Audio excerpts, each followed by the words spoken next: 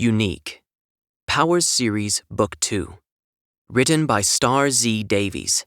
Narrated by Nathaniel Asher. 4. The shield isn't quite the maze of corridors like Paragon, but I still feel a little lost. Much like in Paragon, each tunnel looks much like the other. Willow knows exactly where she's going, and her steps are not in the least bit hesitant. The stone tunnels have a very distinct smell, like a combination of dirt and metal, mingling with the occasional scent of orange oil. Polished wooden planks cover the stone walls of the tunnels. Small tripod lights sit in recesses atop the wooden walls, fanning across the stone ceiling and filling the spaces with a comfortable light. The whole atmosphere reminds me of those dark underground layers in superhero movies. Either the hero or the villain is stashed away in an underground layer to help avoid detection by the outside world. It allows access to some natural resources while offering a natural stone barrier that most powers couldn't penetrate. Which is the protectorate? Hero or villain? And do these walls offer that sort of protection? Every 10 feet or so, another room branches off. Some have polished wooden doors, others steel. It's a curious place. The shield isn't empty of people either. Occasionally, someone will pass and nod politely or give Willow a status report. The water filters are no longer backing up. A batch of crops failed overnight. The kitchen flue system is clogged. Willow either says thanks or directs them to someone else to handle the problem. Such mundane problems. A big red plus sign painted above a wide doorway reads, Medical. The space spills into a massive chamber as we march through the doorway. Beds form rows all around the room, each with a privacy curtain, though most of them are open. Less than a handful of beds have occupants. How many of them are from our group? Would I recognize any of them if they were? A woman with dark, cropped hair approaches Willow as we enter. She hands a glass tablet to Willow, and I try to peek at it, but Willow moves it just enough to prevent me from peeking. Dr. Lydia, this is Ugene, Willow says as she reads the tablet. He's here for the PTPD patient. I frown. What's PTPD? In a minute, Dr. Lydia says, waving me off as her focus remains on Willow. I have to press this again. I strongly suggest you pull Jamie from rotation. His condition is progressing. It's too late, Willow says with a sigh, handing the tablet back to Dr. Lydia. He's already out on rotation, and I highly doubt we could keep him here if we wanted to anyway. You know him. The conversation is somewhat fascinating, and were I not so eager to see Miller, I would care a little more. Still, they carry on as if I'm not right here. Does he know? Dr. Lydia asks. Willow's lips thin. We will talk about this in a minute. Can you talk to Ugene about the PTPD patient? Dr. Lydia takes the tablet and tucks it under her arm, finally acknowledging me, albeit grudgingly. You are his friend? Miller? Yes. Despite betraying us to Paragon in exchange for information about Murphy, Miller admitted that he considers me a friend. Since he took that bullet for me during the escape, my anger about the betrayal has dissipated. Mostly. What's PTPD? Post-traumatic powerless depression, Dr. Lydia says. The creases on her forehead wrinkle up, appearing out of place for someone who can't be much older than 30. He came in with a gunshot wound, but the shock his body underwent wasn't from a bullet. We've never seen anything quite like this, though we have seen people who lost their power before. Most of those cases have been through injection or extreme stress. Was he injected with anything that you know of? I shake my head. How should I tell them? He jumped in front of that bullet for me. Then he fell to the floor and started seizing, thrashing. I thought he was dying. I think that whatever took his powers was in that bullet. What? Willow's eyes widen, her small frame tensing. She clenches her fists at her sides. Are you certain? Dr. Lydia asks. If these people are fighting against those bullets, they have a right to know. Pretty certain. I mean, I can't imagine what else it would have been. Willow? Dr. Lydia gives her a meaningful glance, and there's something I'm missing here. I need to contact the team, Willow says, then adds before darting out of the room, I'll send someone to escort Ugene to his quarters. Where's Miller? I ask. Despite my growing curiosity surrounding that whole situation, I'm still here for a reason. I want to see him. I'll take you to him, but you need to understand something first, Dr. Lydia says, now hugging the tablet against her chest. Your friend isn't well. Miller's reaction to losing his powers is no different from that of anyone else. Physically, his body is fine. He's healed. But his mind is sort of incomplete, splintered. No one handles it well. I frown. How often do people lose powers around here? Not very, she says, glancing over her shoulder momentarily, then lowers her voice. They say that having their powers removed is like having a piece of their soul ripped out, like they're broken. The depression that these victims typically suffer is different from what we know. And thoughts of death are not uncommon and often extreme. This Miller isn't the guy you knew. He will be more withdrawn, even in a crowd of people. He was always that way, I say, smirking and making a lame attempt at humor to lighten the situation. It falls flat. Dr. Lydia shakes her head. No, Ugene, this will be worse. I usually recommend counseling for patients like this. He won't eat. The sooner we can get him back into everyday life, the sooner he will recover. Dr. Lydia places a warm, reassuring hand on my arm. He can get through this, but he will need his friends. I nod dumbly. What am I supposed to do for him? If I can get him up, is he free to leave? Yes, but he will have to be with someone at all times, and he will be kept under observation. Dr. Lydia offers a consoling smile. This way. I follow Dr. Lydia along the rows of beds to Miller's. The curtains are drawn back so he can easily be observed no matter where the doctor is in the medical bay. She leaves the two of us alone. Hey, man, I say when I reach the edge of the bed. His eyes are open, staring at the ceiling. Seeing the weakened state of him, a sense of guilt turns my stomach. How could I suspect this guy is a spy? He doesn't even look like he's eaten in days. He either isn't the spy, or he's a really good method actor. My voice generates no reaction in him. Does he blame me for what happened to him?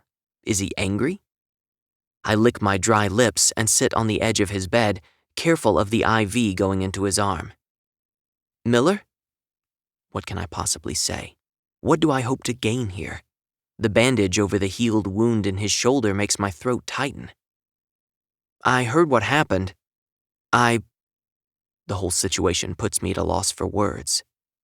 Don't blame yourself, Miller says, his voice hoarse, emotionless. I open my mouth, but telling him he didn't need to jump in front of that bullet for me would only rub salt in the wound. He's like me now, powerless. I fall into silence, staring at the monitor sharing his vitals. They all seem normal. The two of us sit like this for a while, avoiding looking at each other. I know I should say something, but what? What could possibly make up for this? Miller rolls on his side, his back to me. Steady breathing makes his side rise and fall. I wait for him to say something or to roll back over, but he doesn't budge. You still awake? I ask. Only because you keep talking, Miller mumbles. I can't even begin to imagine what you're going through right now, I say. But don't forget why you wanted out of Paragon in the first place. Do you think this is what Murphy would want you to do? He doesn't move. I find it hard to reconcile this lump with the Miller I know. Our purpose hasn't changed, Miller. Still, he does nothing. Come on, man, I say, in the most commanding voice I can muster. I cross my arms beside the bed. Get up. Get lost. I'm not moving until you get out of this bed and come with me. I'll stay until you get so annoyed that you leave the room just to escape me if that's what it takes. Miller half shrugs.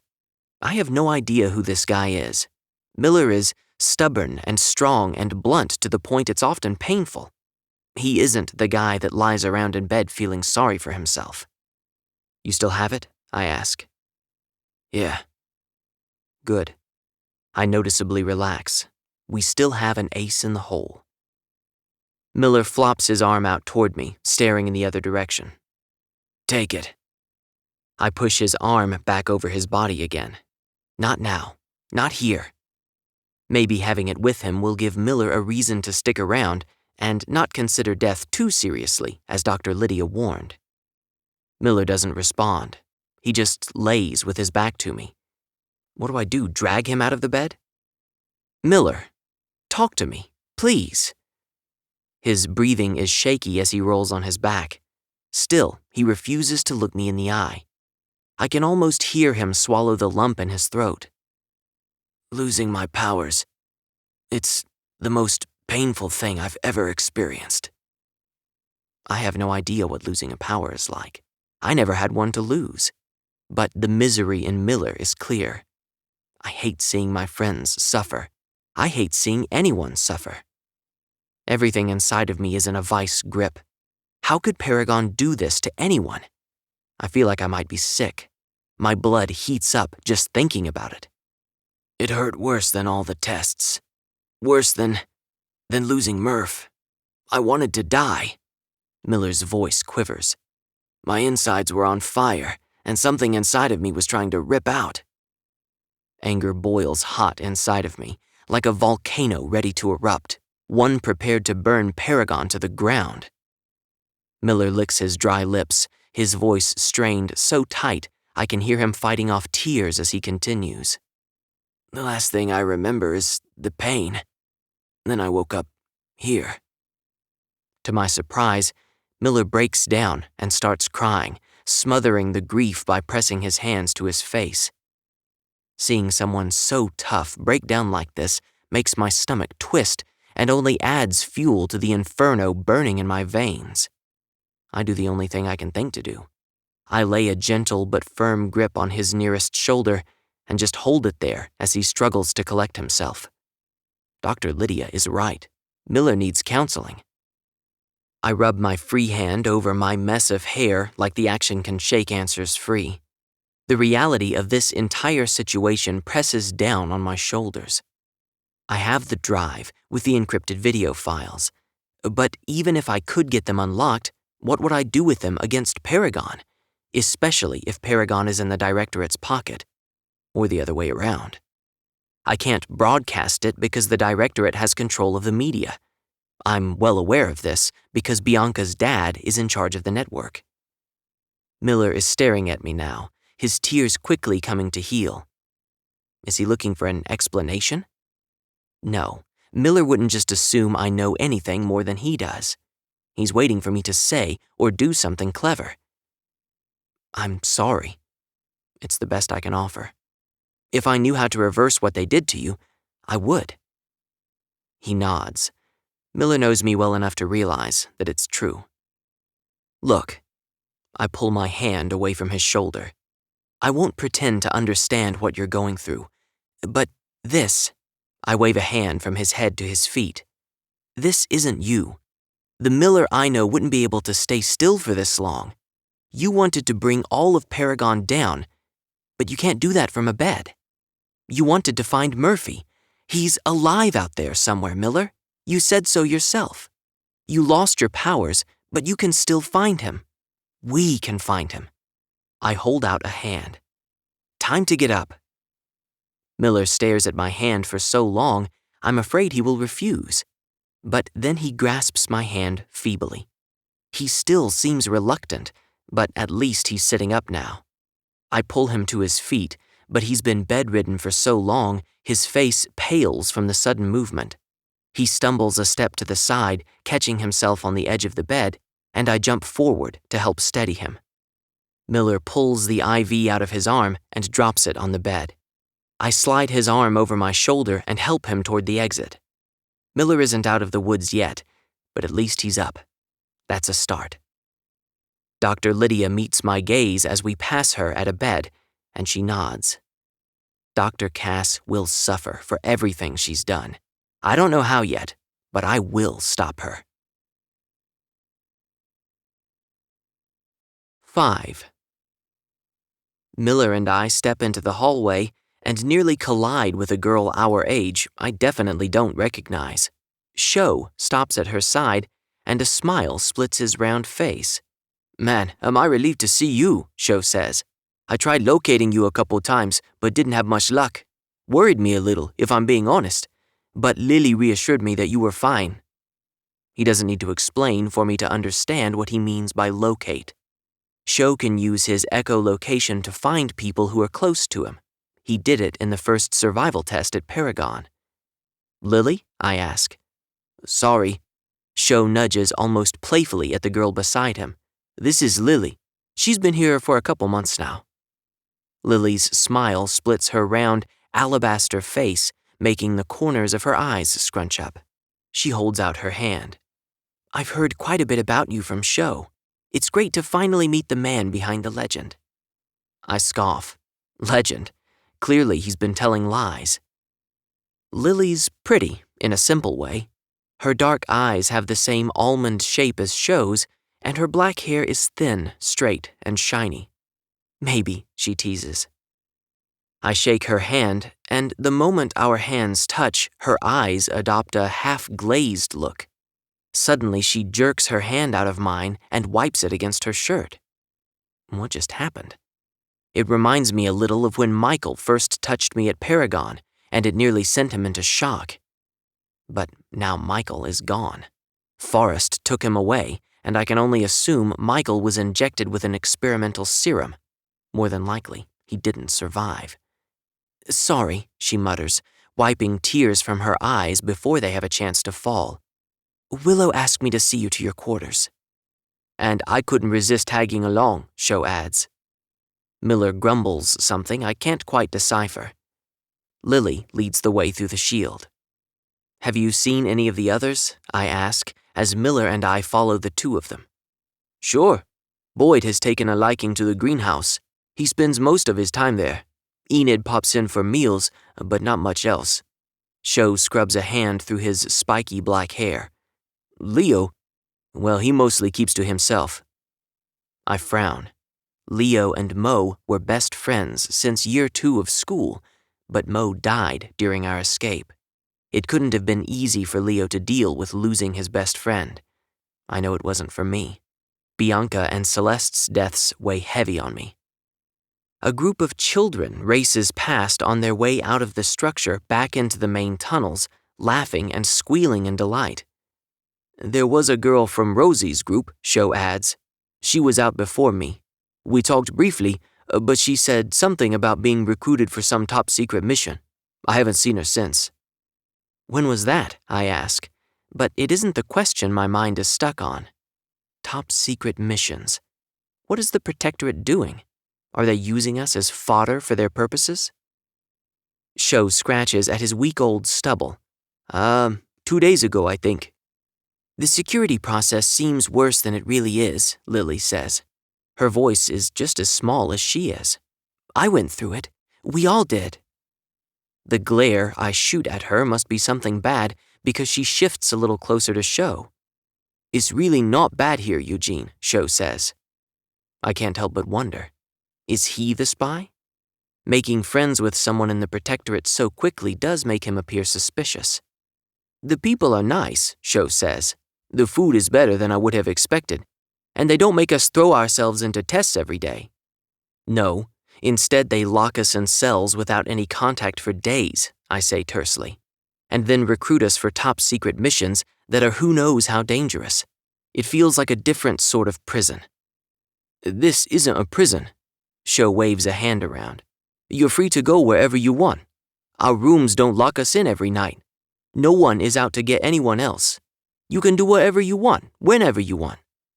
"Sounds peachy," Miller says, his tone weaker but reflecting my own feelings. "When's the last time any of you were outside?" I ask. Sho falls silent. Lily's lips compress as we enter a new tunnel. I just nod. As I expected, no one has been outside. Rectangular doorways appear in perfect symmetry along the new tunnel, each door roughly every 10 feet. I peer through an open doorway as we pass, where a table and chairs wait with personal items, plates, and food. Where are we? I ask. Willow says before Atmos destroyed the world, this was an old military base, abandoned even then, Lily says. We transformed the space into living quarters, or at least the founders of the Shield did. The tunnel opens into a massive underground silo. Steel bridges crisscross from one side to the other. Some lead to ascending and descending staircases. All along the walls, I see level after level of living quarters. People walk across the bridges much like anyone else would walk the streets in the city. This is just life.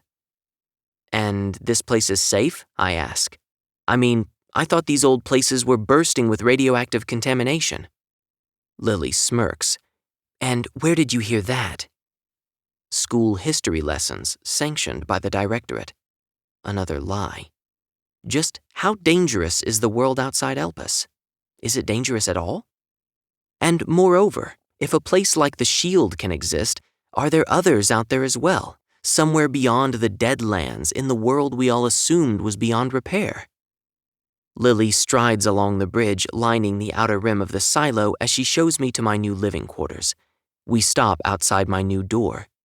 Get yourself cleaned up and settled, Lily says.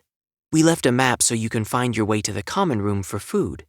The bag you had on when we brought you in should be in your quarters. Miller pulls away and lumbers into the quarters, but I linger outside the doorway. Wait, Lily, right? How long have you been here? 2 months. Lily stands taller, as if proud of this accomplishment. Yeah, get this, Sho interrupts, stuffing his hands into his denim pockets.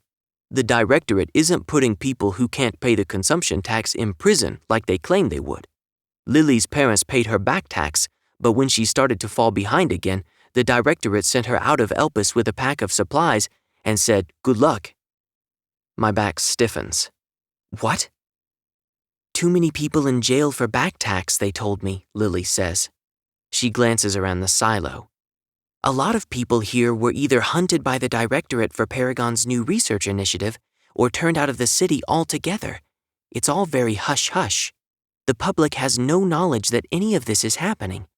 Best guess is that the directorate made a promise to stop regression before Elpis buckles, but when they couldn't get a solution fast enough, they just started kicking people out, mostly repeat offenders. So what happens to the people they kick out? I ask, but I already know the answer. Lily leans forward like she's sharing juicy gossip. The protectorate scoops up people who are sent out of the city and brings them here for protection. They found me in a dried-up ravine in the Deadlands. My supplies were gone, and I was in really rough shape. I would have died if the protectorate hadn't saved me. I find it hard to believe, hard to accept after the way we were treated upon arrival. But so many people here seem happy. Maybe this is just false hope that this place really could offer a solution. If you ask around, everyone will share their story. Most of us had a similar experience. Either the directorate gave us a pack and said good luck, or Paragon targeted us for research, and we were lucky enough to end up here instead. I've heard about what happens there. I know you've all had it far worse. Lily's voice takes on reverence as she meets my gaze. Sho told me what happened in Paragon. Who wouldn't be eager to work for the people who saved them from certain death? Me. If it makes me ungrateful, I don't care. I'm hardly ready to throw my faith at another group before I know what's really going on. What do they do on their missions? I ask. Lily shakes her head. I really can't say. I assume some of the missions are rescue operations, like when they found me. Other than that, I don't know anything more than you. Anyway, it's late. You should get rest. We'll see you in the morning. But the Protectorate has a purpose. Why are they recruiting our people for these missions? Just how dangerous are they? And what is this group up to? They can't just be happy living in a hole in the ground. Something more must be going on here. 6. The first thing I do in my new living quarters is inspect the door. A thick steel frame encases the wide rectangular space. The door is currently open, and as I examine it closer, I can see the steel door within it, which means there are controls somewhere. Outside the door, a scanner pad is embedded in the wall. It's bigger than my hand, so I press my palm flat against it. The door slides out of the wall and closes. It's straight up like something out of those old sci-fi movies, something I would expect to see in an old-school spaceship. A window on one of the doors lets me see into the living quarters. I put my hand to the pad again, and the door slides back open. If it's connected to my handprint or biosignature somehow, that means the protectorate scanned me while I was unconscious, because it didn't happen when I was awake. The very idea makes me uneasy. The quarters themselves are basic but functional. I step through to inspect them. Just inside the main doorway is another hand scanner with buttons above it. On closer examination, I notice the buttons lock the door and filter the window so no one can see inside. Everything in here is ancient tech that's been upgraded to suit the protectorate's purposes. But how did they find this place? To one side of the door, a bed is built into the steel frame of the wall with a couple of shelves in the crevice and drawers under the bed. Miller dumped my dad's military bag on the floor beside the bed, where he currently lies with his back to me. Did the protectorate inspect the contents of the bag? Did they take something? I have hardly had a chance to look through it myself, so I wouldn't know if something was missing. The only furnishings besides the bed are shelves built into the walls, as well as built-in drawers for clothing storage, and a rusting metal table with two mismatched chairs. On the table, a couple of composition notebooks, just like the ones I used at Paragon. I step closer and see a pen and a map of the shield on top of the notebooks. I only give the map a cursory glance before continuing my assessment of the room. A door in the back wall has me curious, and I pull it open to find a toilet, sink, and narrow shower within the cramped space. In the small mirror over the sink, a reflection of a young man with dark skin and angry eyes stares back at me. I hardly recognize myself. Scrubbing a hand over my mess of thickening hair and along the week-long growth of facial hair, I search for a razor or something else that will help me take care of the problem.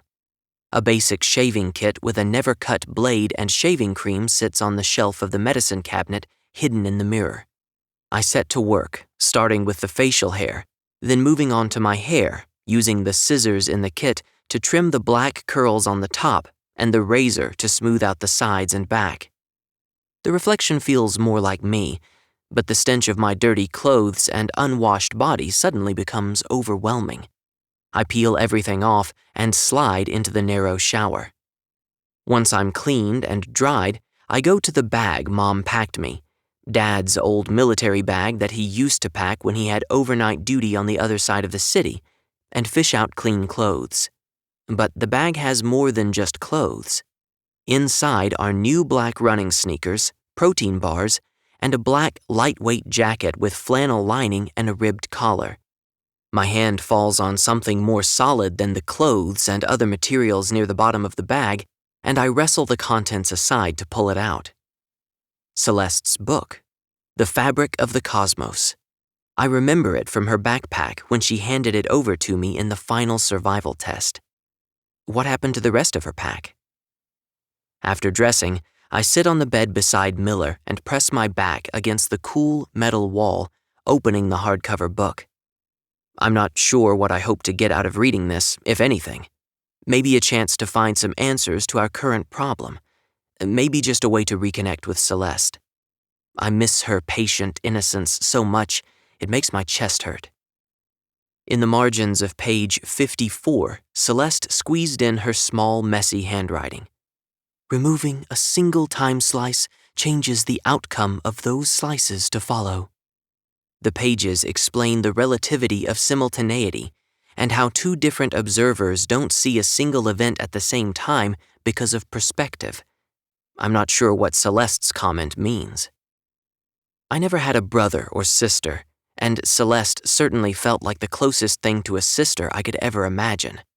I have no idea what happened to her in that Paragon lobby. One moment, she emitted a brilliant, devastating blast of cosmic power. The next moment, she was just gone. No trace of her existence remained aside from the backpack I carried out of the building. Celeste gave us all the chance to escape as Paragon recovered from her cosmic ray. Celeste had a way of speaking in riddles that I found fascinating. Once I got used to it, her words made sense to me, even if not to anyone else. The memory of those swirling colors in the night sky as she showed me what she saw in the stars slams against my chest. One thing Celeste told me again and again was that she could see Andromeda breaking free and that Cassiopeia would fall from her throne soon. My understanding of ancient mythology is a little sketchy, but if memory serves me, Andromeda was the daughter of Cassiopeia and Cepheus. But Cassiopeia was vain and boasted of her own beauty. As punishment, Andromeda was chained up for a sea monster to abuse, but Perseus rescued her. Knowing Celeste, Cassiopeia is Dr. Cass, full of her own vain brilliance. But if that's the case, does that make me the chained-up Andromeda or Perseus? Celeste also fell into a state of fear, repeating the words, "The chains have broken, he has risen, he comes." But does that mean Andromeda has broken free and the monster is coming for her? Was she talking about me at all? I can't ignore the coincidence. Celeste was too prophetic for me to ignore her warning, but I still don't fully understand what it means. I read her words in the book again. Removing a single time slice changes the outcome of those slices to follow. The prophetic words make that ache in my chest even more pronounced, so I snap the book shut and set it on a shelf by the bed. The metal wall leaves a chill in my skin through my t-shirt, and I pull on the jacket. One of the large pockets on the front is stiff, and I unzip it, pulling an envelope from within.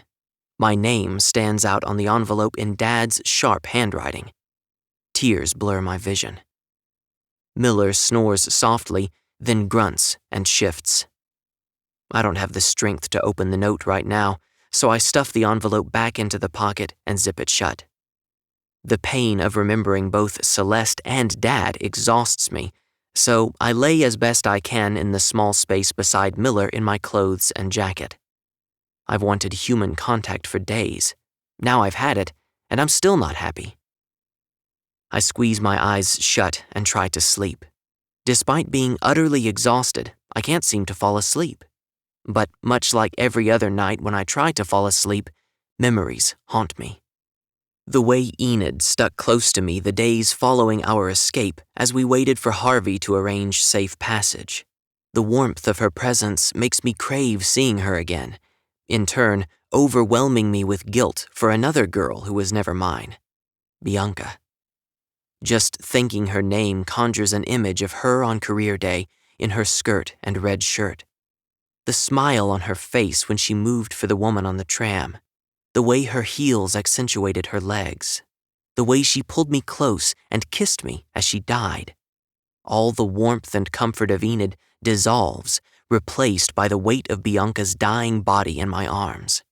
The memory of her weight grows heavier and heavier, pulling me down into sleep. Then the nightmares come.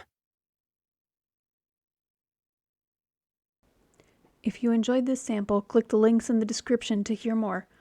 Do you want free audiobooks, ebooks, or autographed paperbacks? Join me on Patreon at patreon.com/szdavies_character-assassin.